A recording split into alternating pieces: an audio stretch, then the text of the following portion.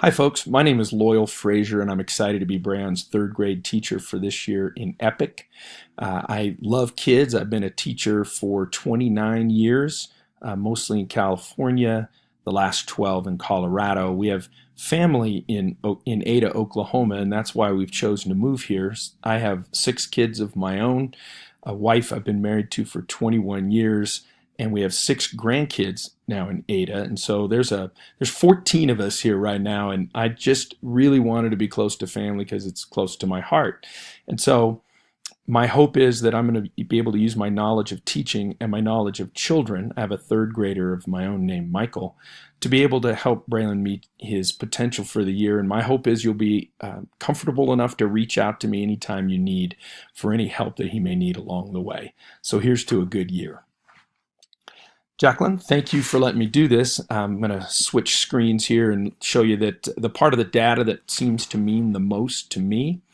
I have, since I've taught in high school for so long, and math is a love and a passion of mine, I've noticed that my own high school students don't seem to have a very strong foundation in the basics of math. So when they go on to geometry and higher level algebra, they need the calculator to do everything. They need it to for graphing and the sine and cosine, and even sometimes simple addition and multiplication. And so I'm of a firm belief that getting a strong foundation is very important. So I don't want to just jump in and start with geometry and measurement with Bran.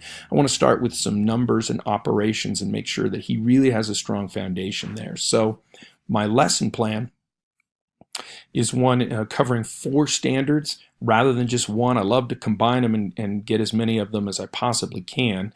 And the objective is just to use money to make sure he's got a firm grasp of whole numbers and be able to teach fractions, maybe up to a quarter, maybe even a tenth, depending on how it works out with the money.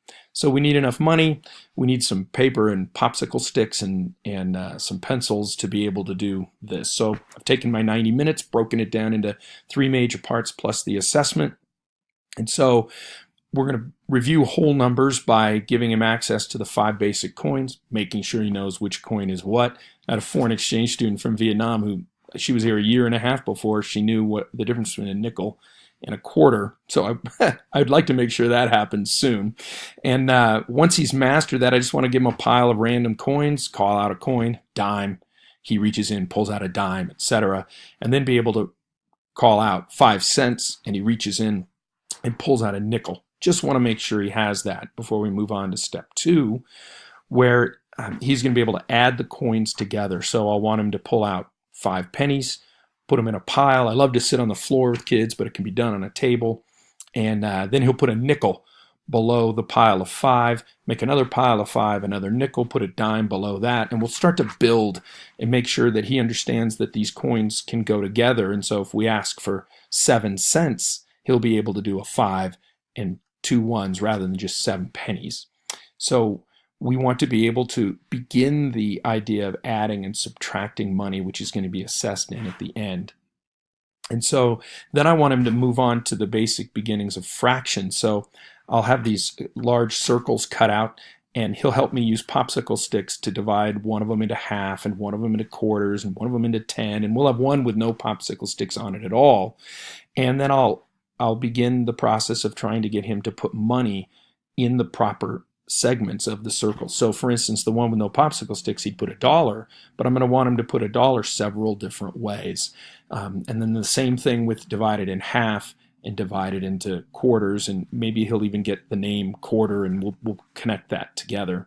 And so I want him to master breaking it apart, $1 apart, while at the same time making sure he understands what a fraction is. And so his assessment very quickly will be, first of all, having some pictures of the coins and making him be able to identify them. And then one of the standards asked for some one direction or one goal word problems. So I would have several that are like this one. If you bought a Dum Dum sucker from 7-Eleven that cost 25 cents, you paid with $1, how much do you get back? And I want to make sure that he gets a firm grasp of the beginnings of this, and then we'll build on fractions the next time we're together. Thanks, Jacqueline. Hope you have a great rest of your semester weekend. Bye-bye.